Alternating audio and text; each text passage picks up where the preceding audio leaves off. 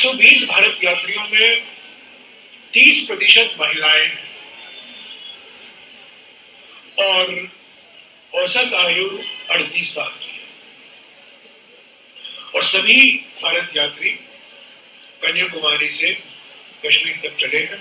वास्तविक है कि मीडिया का ध्यान, पब्लिक का ध्यान राहुल जी पर है, तो राहुल जी के साथ साथ हमें भूलना नहीं चाहिए कि एक सामूहिक यात्रा है और ये भारत यात्री अलग अलग राज्यों से आते हैं, केरला से लेकर जम्मू और कश्मीर, गुजरात से लेकर मणिपुर, सभी राज्यों में हमारे जो कांग्रेस कार्यकर्ता हैं वो यहाँ भारत यात्री के रूप में आए हैं।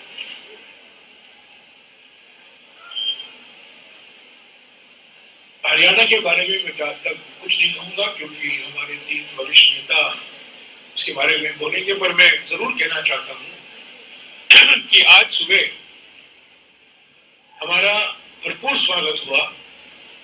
कोहरे के बावजूद, ठंड के बावजूद नूह जिले में भारी संख्या में लोग आए, महिलाएं आई। पर एक बात में क्या, 105 दिन के बाद 104 दिन, 104 दिन में मुझे ऐसा खतराजनक सुबह कभी नहीं मिला। आज 14 किलोमीटर के भारत जोड़ो यात्रा में मैंने 350 से भी ज्यादा गड्ढे गिने। सड़क की स्थिति मैंने किसी भी राज्य में इतनी बुरी नहीं देखी जितना आज सुबह मैंने देखा। 8 साल और 2 महीने हो गए हैं बीजेपी की सरकार हरियाणा में, और ये स्थिति जो हमने देखा, ये कंडीशन जो देखा, हम रास्ते पर नहीं चले, आज हम गड्ढे पर चले। गड्ढे के बीच में टार था,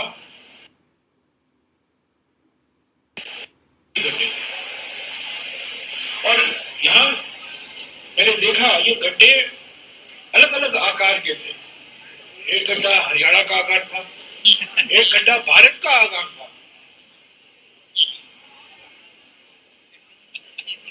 एक गड्ढा तो केरल के माफिक था, लंबा, चौड़ा नहीं पर लंबा, और एक गड्ढा जरूर राजस्थान के माफिक, मध्य प्रदेश के माफिक चौड़ा भी था।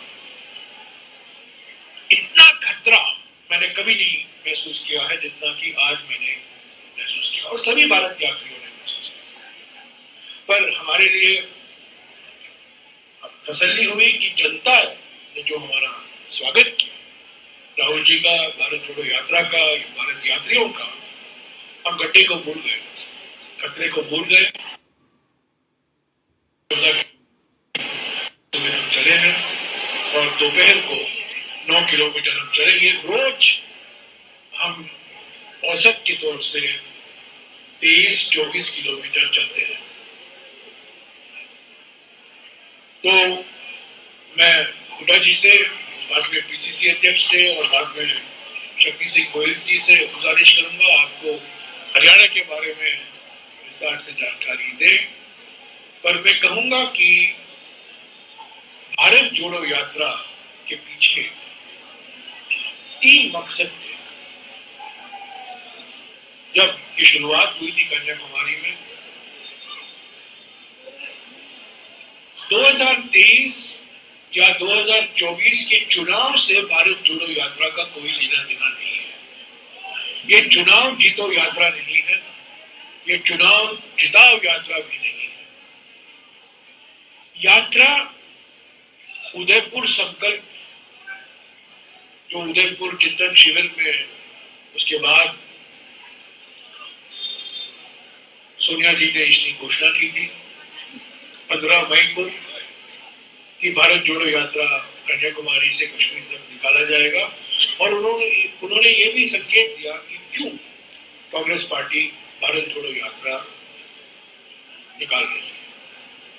पहला मकसद ये है, और क्योंकि मैं कहना चाहता हूं क्योंकि ये सवाल बार बार हमें पूछा जाता है, और राहुल जी से पूछा जाता है, भारत को कोई तोड़ नहीं रहा है कि पर क्यों आप भारत जोड़ो यात्रा में निकले? मैं साफ कह देना चाहता हूं कि तोड़ने की खतरा है। लोग जुड़ लगे हुए हैं भारत को तोड़ने में। मोदी सरकार की नीयत और मोदी सरकार की नीतियों के कारण भारत की टूटने की संभावना बढ़ रही है। किस तरीके से?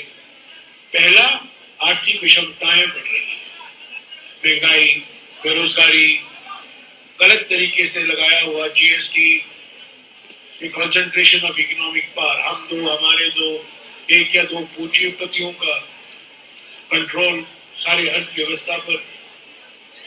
तो आर्थिक विषमताएं बढ़ रही हैं और इससे भारत की टूटने की संभावना भी बढ़ रही है।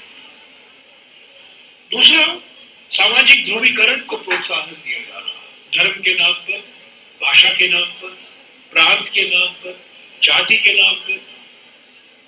आरएसएस और बीजेपी की विचारधारा एक विभाजनकारी विचारधारा हमेशा रही है और सामाजिक ध्रुवीकरण चुनाव के लिए एक रणनीति बन गई है उनके।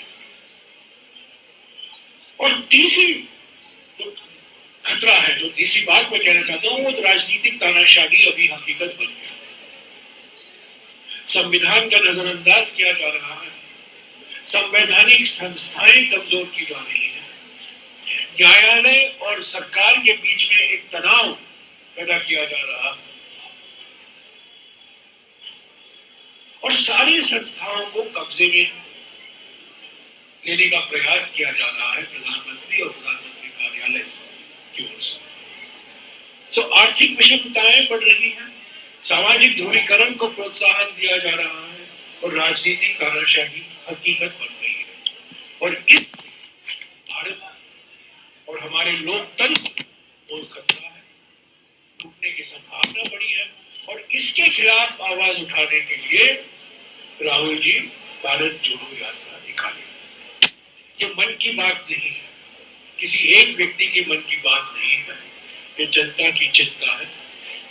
राहुल जी रोज न केवल चलते हैं पर अलग अलग समूह से मिलते हैं, समाज के अलग अलग वर्गों से मिलते हैं। और आज दोपहर को 2 बजे से लेकर करीब 2:40 तक पहली मुलाकात हरियाणा में राहुल जी की एक्स सर्विसमैन से हो रहा है। तो पहले दिन जय जवान, और परसों किसान संगठनों से मुलाकात करेंगे, उस दिन जय किसान होगा।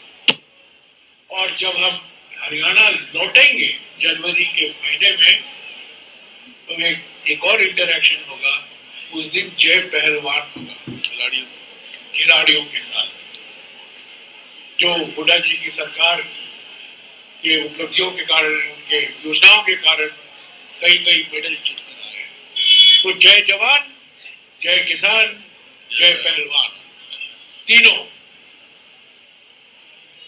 समूह के साथ राहुल जी मिलेंगे। और भी आज सुबह उन्होंने मेवात के इतिहास के बारे में कई लोगों से सुना, कई नागरिक संस्थाएं आए, उनके साथ चले, कुछ महिला संस्थाएं उनसे मिलेंगी, कुछ दलित एक्टिविस्ट मिलना चाहते हैं वो भी मिलेंगे। पर खास तौर से यहाँ पूर्व सैनिक और किसान संगठनों से जो 5 दिन रहेंगे हरियाणा में, वो उनसे मिलेंगे। पर अलग अलग राज्यों में अलग अलग संस्थाओं से, नागरिक संस्थाओं से वो मिलते हैं और इनसे बहुत सुझाव आते हैं जो हमारे मैनिफेस्टो के लिए और हमारे कार्यक्रमों के लिए बहुत फायदेमंद है। तो ये बैकग्राउंड है भारत जोड़ो यात्रा का। और मैं अभी भूपेंद्र हुड्डा जी से गुजारिश करूंगा वो आप बोले आपको हरियाणा के बारे में, उसके बाद हमारे वरिष्ठ पीसीसी अध्यक्ष बोलेंगे, उसके बाद शक्ति सिंह जी कुछ कहेंगे और ठीक है, उसके बाद पीसीसी अध्यक्ष बोलेंगे और आपका सवाल बाद में मैं और सभी लोग यहाँ जो मौजूद है आपके सवालों को जवाब देंगे। शुक्रिया। हुड्डा जी।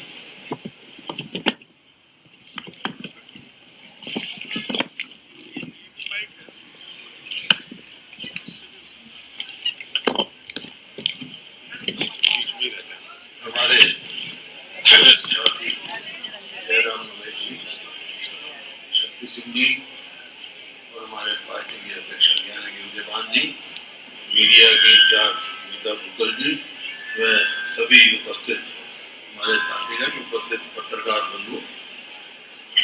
हरियाणा के बारे में जयराम जी ने कहा, मेरे को आप इन्होंने पहले ही बता दिया हरियाणा की क्या स्थिति है आज।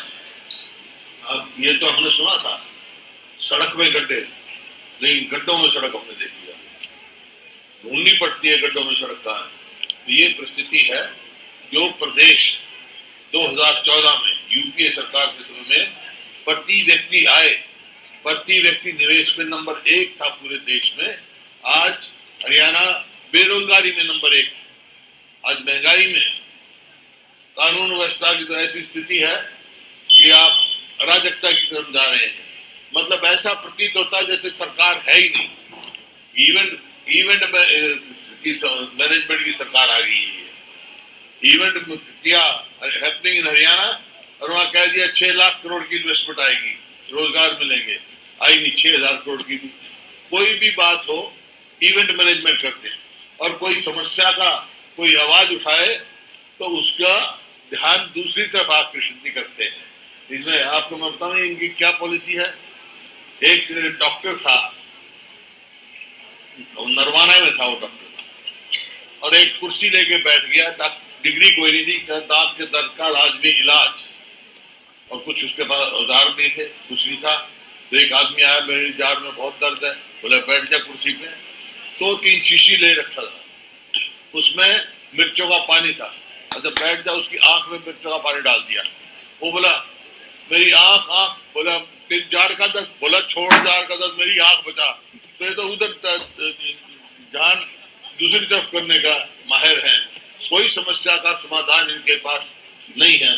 आज हरियाणा की जो परिस्थिति है, और आज पूरा देश, हरियाणा ही नहीं पूरा देश, राहुल जी जो वहां से कन्याकुमारी से जो पदयात्रा शुरू की है महंगाई और बेरोजगारी के लिए, जिस प्रकार से उन्होंने कहा है, उन्होंने बेरोजगारों की और महंगाई से त्रस्त लोगों की आवाज बन के खड़े हो गए हैं राहुल गांधी। आज पूरा देश इनकी तरफ दे रहा है, और हरियाणा में कितना समर्थन और सहयोग और स्वागत मिला है वो जयराम रमेश जी स्वयं बता देंगे। पूरा सहयोग समर्थन का मैं आज विश्वास दिला सकता हूँ आपको, जो आज देख के जिस प्रकार से जोश लोगों में था, मतलब रात को ही कम से कम 8-10 हजार आदमी रात को ही आके सो गए यार, और सुबह जिस प्रकार से जोश था लगातार वहां से लेके यहाँ तक, और आगे पूरे हरियाणा में ऐसा रहेगा। वो जोश तो देखकर मैं दावे के साथ कह सकता हूँ, जो लक्ष्य राहुल जी लेके चले हैं वो पूर्ण होगा। हरियाणा उसमें फिर नंबर 1 आगे रहेगा, जैसे पहले प्रति व्यक्ति निवेश में नंबर 1 था। और हमारे साथी आए, इनका बहुत बहुत मैं स्वागत करता हूँ। जो यात्री आए हैं, पदयात्री आए हैं राहुल जी के साथ, इतना कुछ छोटा काम नहीं है। मैंने पदयात्राएं की है, मेरे को मालूम है कि इतना लंबी पदयात्रा करना हर इंसान के हाथ की बात नहीं है। तो ये मैं यही कह सकता हूँ जयराम रमेश जी को, तो ये यात्रा आई है, ये लाजमी तौर पे हरियाणा में और पूरे देश में रंग लेके आएगी, लेके रहेगी। ये इन्हीं शब्दों के साथ मैं फिर से स्वागत करता हूँ। और फिर यही है कि जो आज मेरे को देखने को मिला है दृश्य, वो एक किस्म का ये प्रतीक है कि आने वाली सरकार की बात, इन्होंने की सरकार की बात नहीं कर रहा, लेकिन एक बात की प्रतीक है कि मौजूदा सरकार को उखाड़ के रहेंगे लोग। बहुत बहुत धन्यवाद।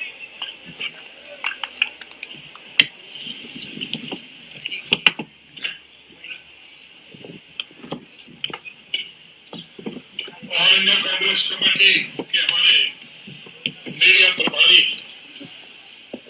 आदरणीय श्री जयराम रमेश जी, हमारे ऑल इंडिया कांग्रेस कमेटी की तरफ से हरियाणा प्रदेश के प्रभारी आदरणीय श्री शक्ति सिंह गोहिल जी, हमारे नेता प्रतिपक्ष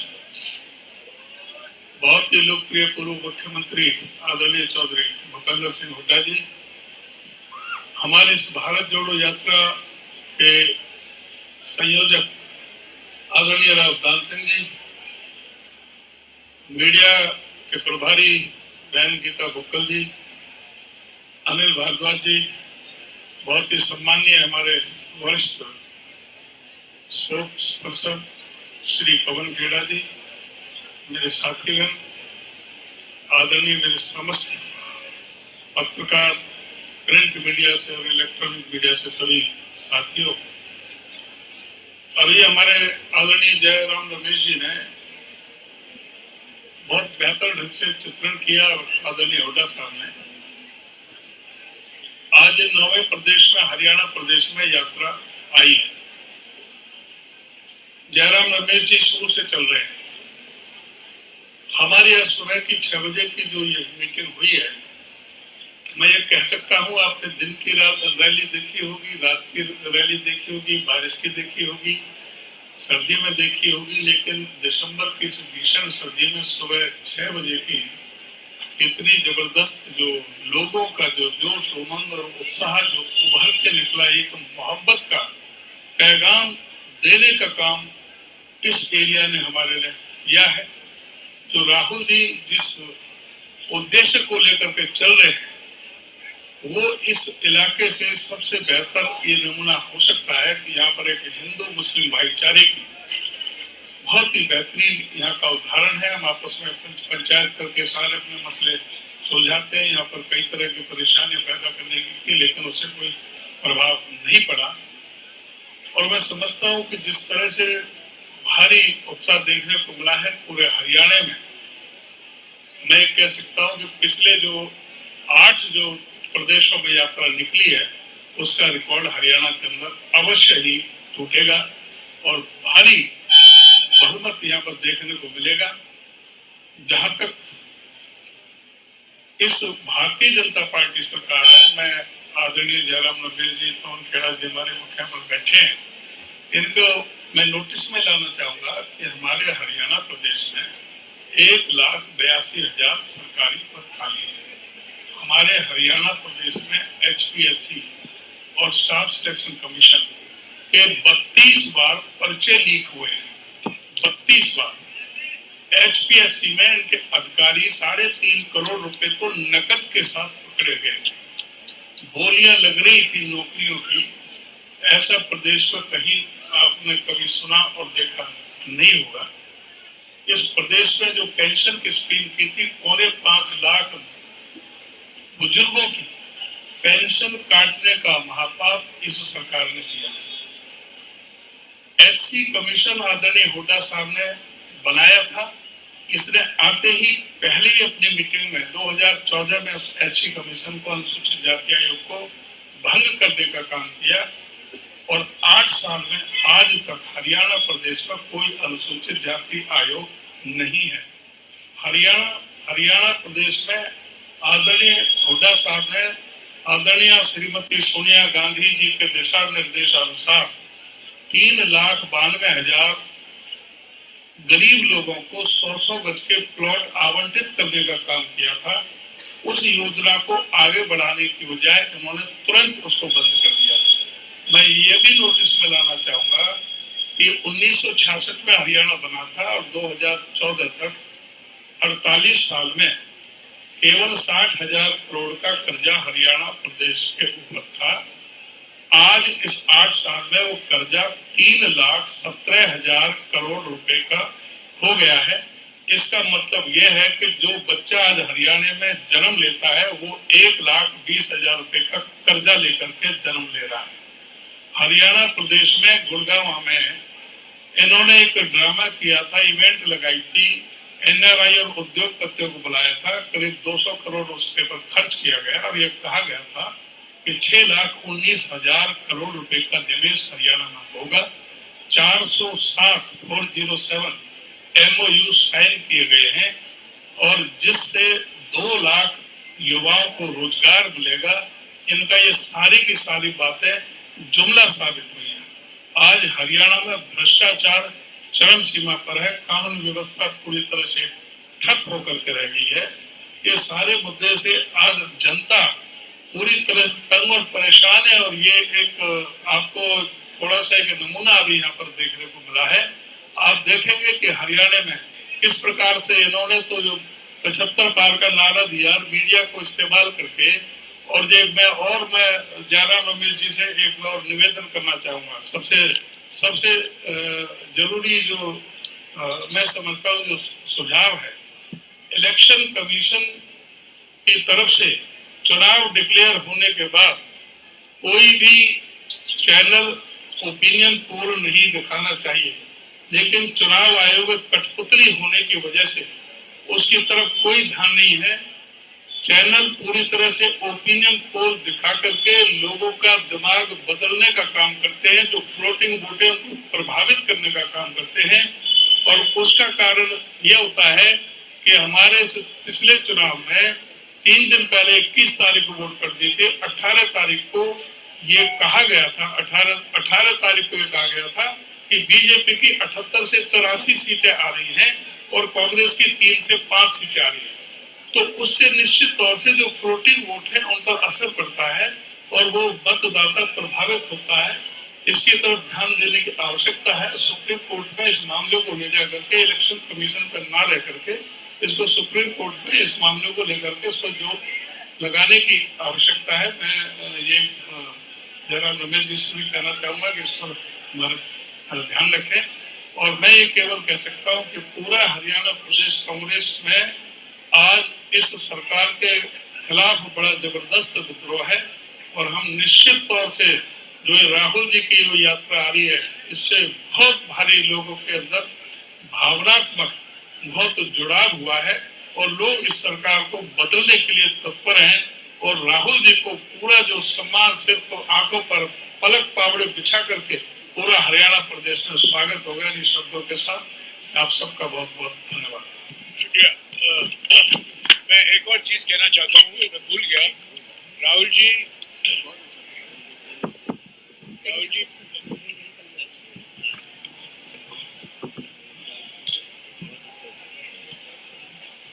जी पत्रकार सम्मेलन को संबोधित करेंगे।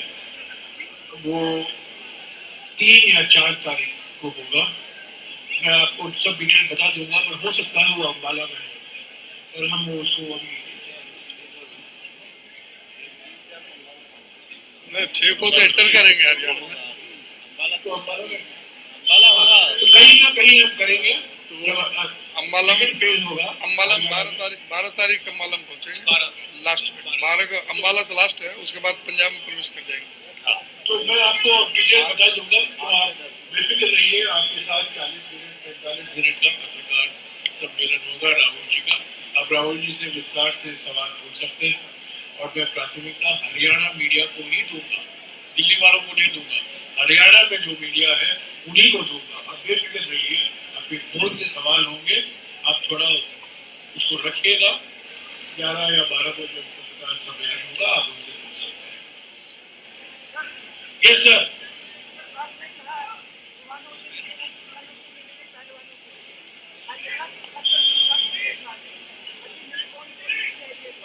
कौन परेशान है? छात्रों से मिलेंगे। छात्रों से मिल रहे हैं। छात्रों से मिलेंगे। छात्रों से मिल रहे हैं। लगातार मिलेंगे। छात्रों से केरला से मिल रहे हैं, कन्याकुमारी से मिल रहे हैं, छात्रों से मिल रहे हैं।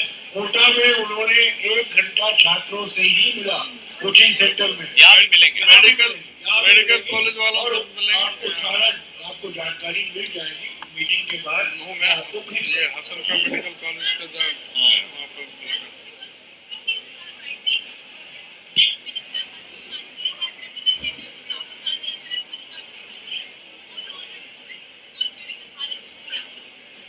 I will ask Pawan Khera to answer this question, but let me say, the letter from the Health Minister to Mr. Rahul Gandhi is based on a letter sent to the Health Minister by the BJP MP, Mr. P.P. Chaudhary. The Health Minister has told Mr. Rahul Gandhi that P.P. Chaudhary has raised 2 issues relating to COVID and Bharat Jodo Yatra, and Mr. Gandhi should take appropriate action on this. It is not, he has referred to Chaudhary's letter, okay? Let Mr. Pawan Khera answer this question. मैं हिंदी में ही बोला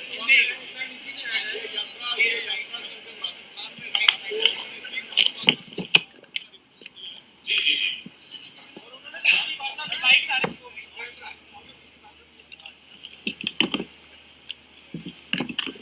तो पहले हिंदी में देता हूँ, फिर जो सवाल अंग्रेजी में था तो अंग्रेजी में भी जवाब। माननीय स्वास्थ्य मंत्री ने, जैसा कि जयराम रमेश जी ने बताया, कि एक भाजपा सांसद राजस्थान से है बीपी चौधरी, उनके पत्र का हवाला देते हुए राहुल गांधी जी को यह पत्र प्रेषित किया।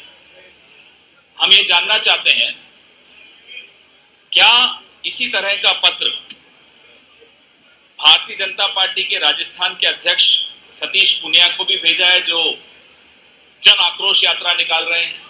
मानता हूं उस जन आक्रोश यात्रा में भीड़ नहीं आ रही, मानता हूं भारत जोड़ो यात्रा में भीड़ बहुत आ रही है।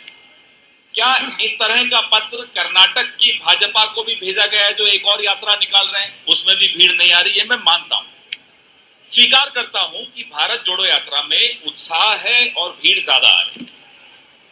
आज अभी यहां से आप हवाई अड्डे जाइए, हवाई जहाज में बैठिए, ना आपको मास्क लगाने को कहा जाएगा, ना कोई सैनिटाइजर दिया जाएगा, खत्म। क्या भारत सरकार ने नियमों की कोई घोषणा की है, कोई प्रोटोकॉल की घोषणा की है? क्या संसद का सत्र स्थगित कर दिया गया है, फिजिकल जो चल रहा है, कि वो भी ऑनलाइन होगा? तो भारत सरकार को सिर्फ राहुल गांधी दिख रहे हैं, भारत सरकार को सिर्फ कांग्रेस पार्टी दिख रही है, भारत सरकार को सिर्फ भारत जोड़ो यात्रा दिख रही है, और कोई यात्रा नहीं दिख रही, और कोई भीड़ जहां हो रही है वो नहीं दिख रहा। हम नियमों का पालन करेंगे, बशर्ते आप नियमों की घोषणा करें, और वो नियम सबके लिए लागू होने चाहिए, सिर्फ राहुल गांधी के लिए नहीं, सिर्फ कांग्रेस पार्टी के लिए नहीं, सिर्फ भारत जोड़ो यात्रा के लिए नहीं। Now in English, the letter written by the health minister to Mr. Rahul Gandhi and Mr. Mallikarjun Kharge ji cites another letter written to the health minister by an MP, a BJP MP called PP Chaudhary from Rajasthan.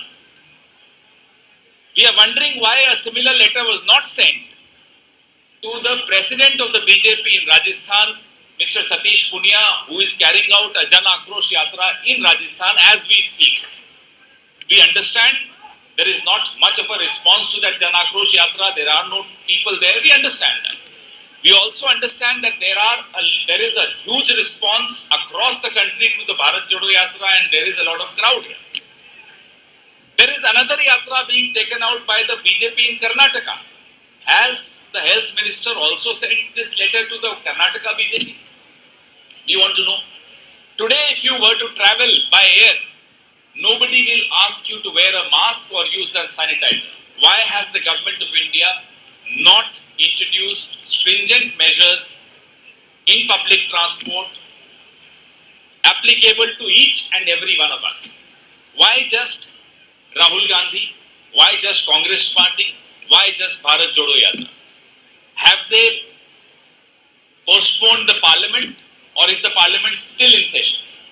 If the physical parliament can take place, if Jan Akrosh Yatra can take place, if the BJP Yatra in Karnataka can take place, if there is no mask compulsory in your air travel, why are you picking up on Rahul Gandhi and Bharat Jodo Yatra is our question. Please announce the COVID protocol. We'll all follow the COVID protocol.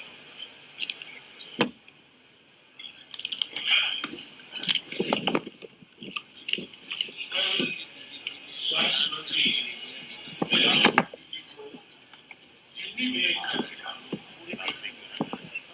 उसी दिन कल स्वास्थ्य सचिव राजेश भूषण ने सभी राज्यों को एक खत लिखा अंग्रेजी में, और वो खत की कॉपी मैं आपको दे सकता हूं अगर आपके पास नहीं है।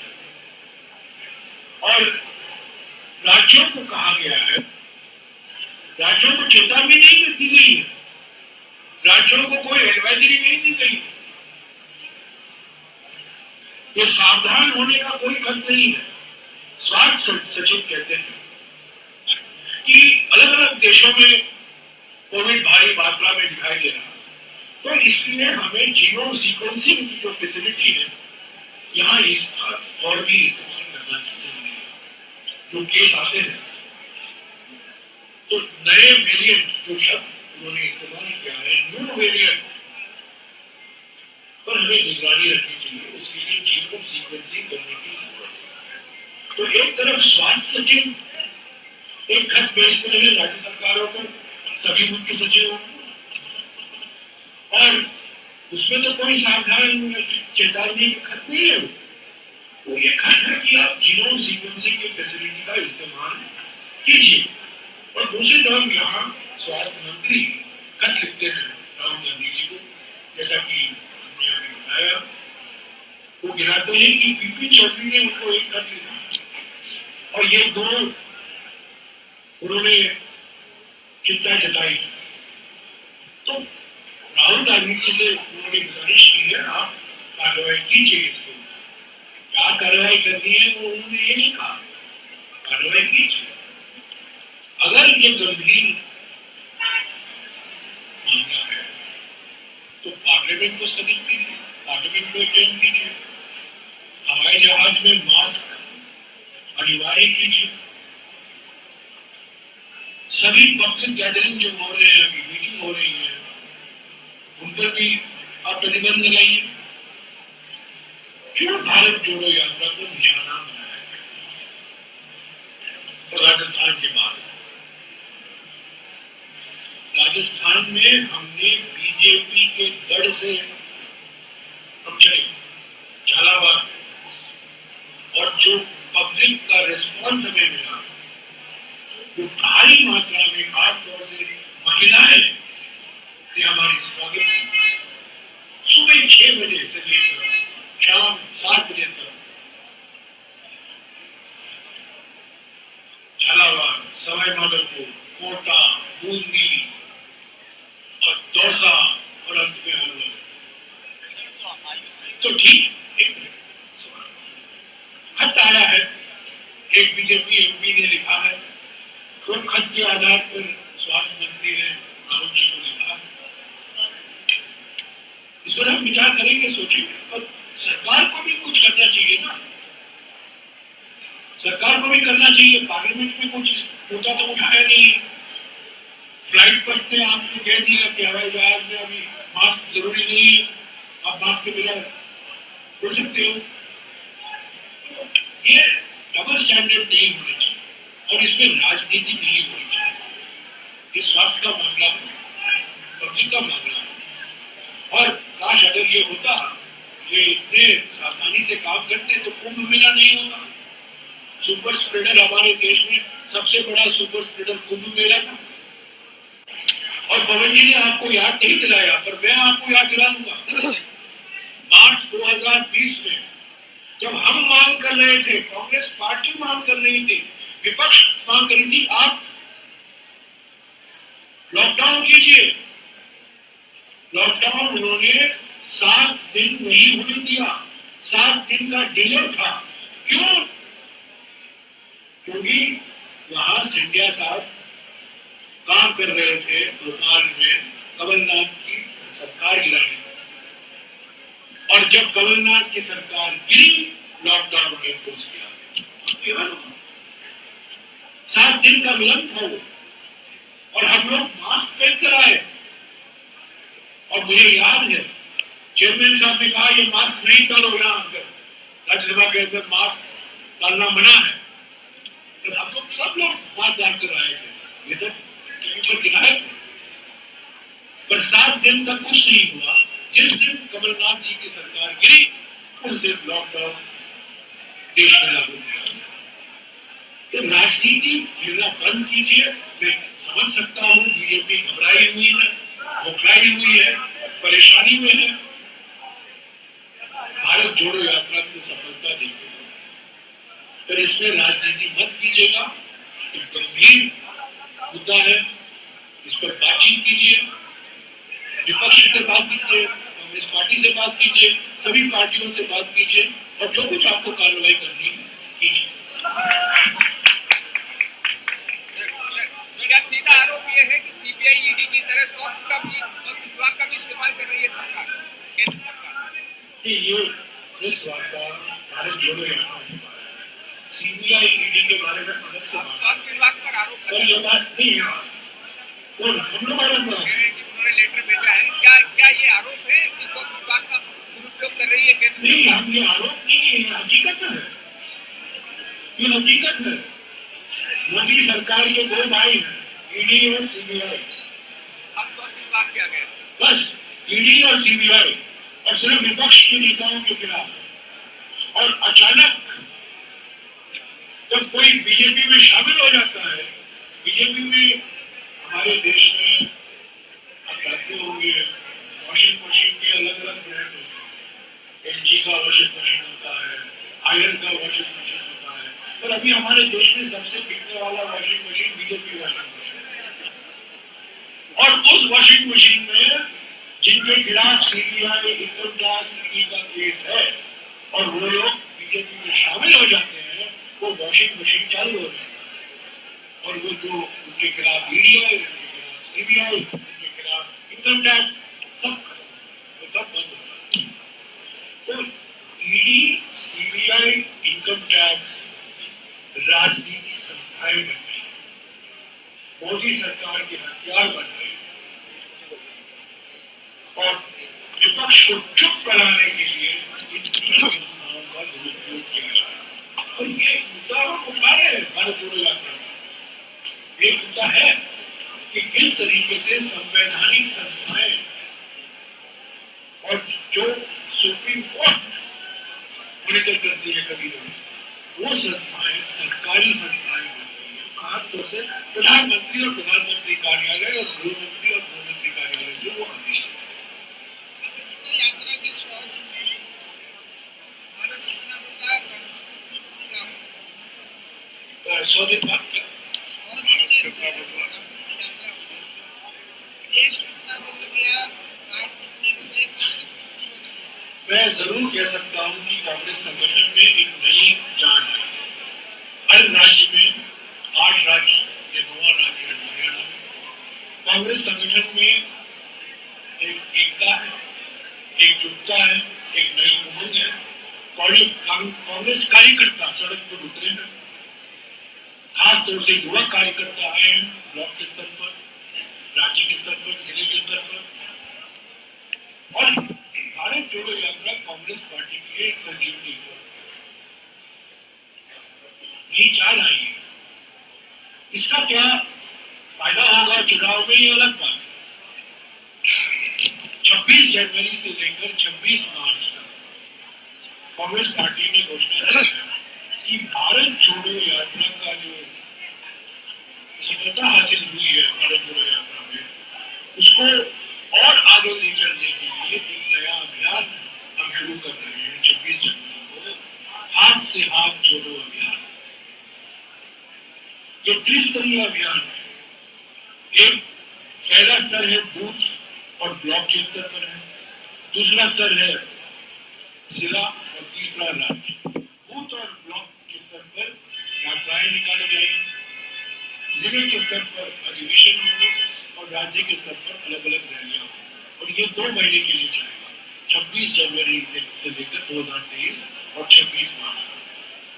तो भारत जोड़ो यात्रा मैं समझता हूँ कांग्रेस पार्टी के लिए एक ऐतिहासिक कदम है और हमारे भारतीय राजनीति के लिए भी एक परिवर्तनकारी क्षण है।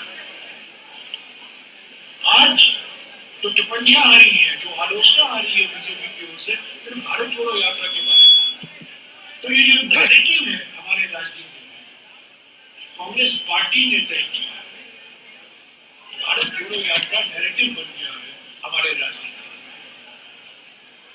आपने राहुल गांधी जी के बारे में सुना, भारत जोड़ो यात्रा से असली राहुल गांधी जी दिखाई दे रहे हैं। नया राहुल गांधी नहीं, असली राहुल गांधी। क्योंकि जिस तरीके से सोशल मीडिया के माध्यम से, मेनस्ट्रीम मीडिया के माध्यम से बीजेपी ने उनका नाम बदनाम किया, उनकी छवि बिगाड़ी,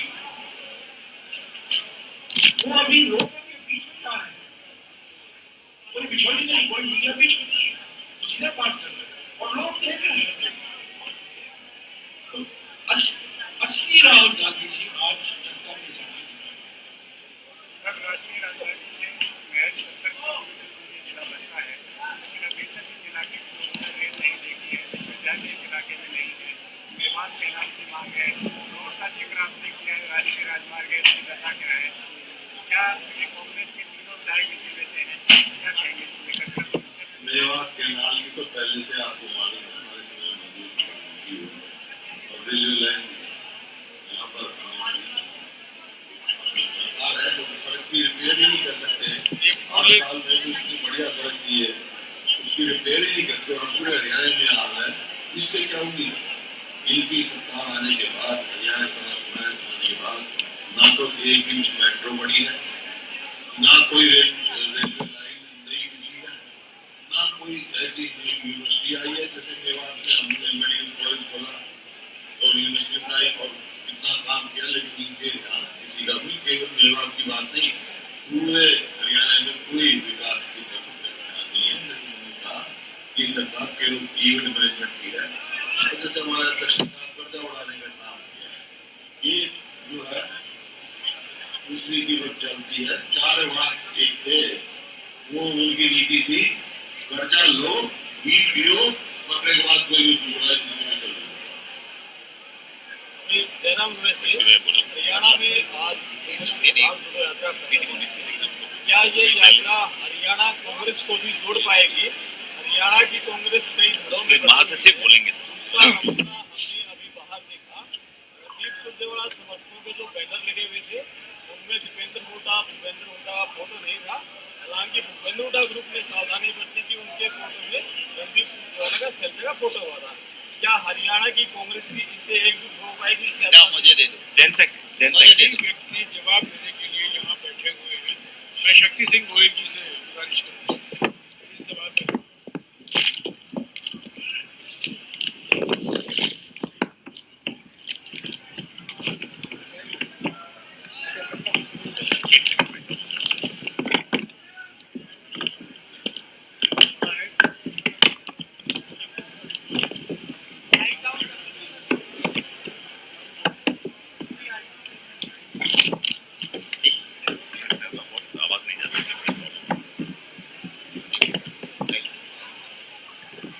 मैं सबसे पहले तो ये हरियाणा की पावन भूमि के सभी सज्जनों, देवियों और युवा साथियों का दिल से धन्यवाद करता हूँ कि आज सुबह 6 बजे, आज तक कहीं ऐसा नहीं हुआ है कि कड़ी ठंड में 6 बजे हजारों लोग किसी राष्ट्रीय नेता को सुनने के लिए आए। हरियाणा के हजारों लोग आज राहुल जी की जनसभा में सुबह 6 बजे आए। मैं सभी इन हरियाणा के लोगों का दिल से धन्यवाद करता हूँ। ये प्रेस कॉन्फ्रेंस है और मैं जरूर, आपका एक सवाल और भी था जिसका जवाब भी मिला, पर सीपी जोशी जी जब नेशनल हाईवे के मिनिस्टर थे, अलवर टू दिल्ली रास्ते के लिए उन्होंने मंजूरी दे दी। वो काम पूरा करने की जिम्मेदारी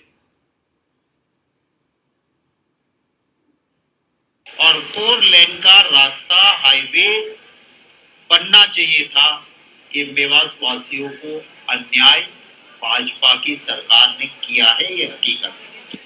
मैं धन्यवाद करता हूं कि हमारे सभी नेता और सभी कार्यकर्ता राहुल गांधी जी की यात्रा में एक होके काम कर रहे हैं।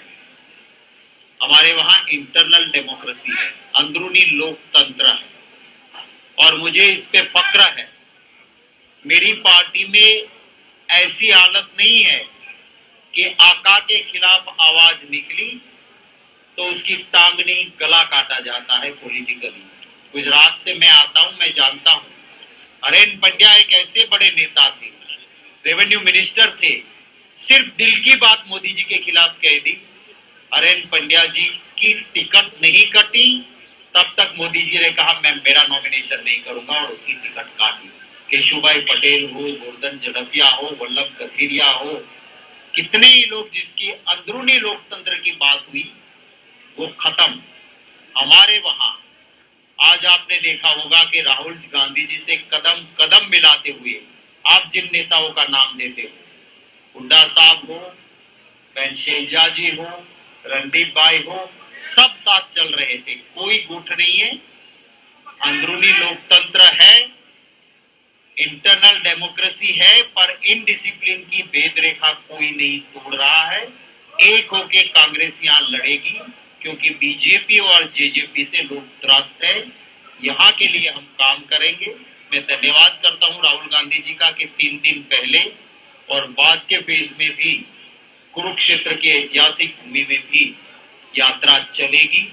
ये वर्ल्ड रिकॉर्ड होगा कि कोई राष्ट्रीय नेता 3500 किलोमीटर 155 दिन और रोज के 25 से 30 किलोमीटर चलता हो। आप सभी का बहुत बहुत धन्यवाद।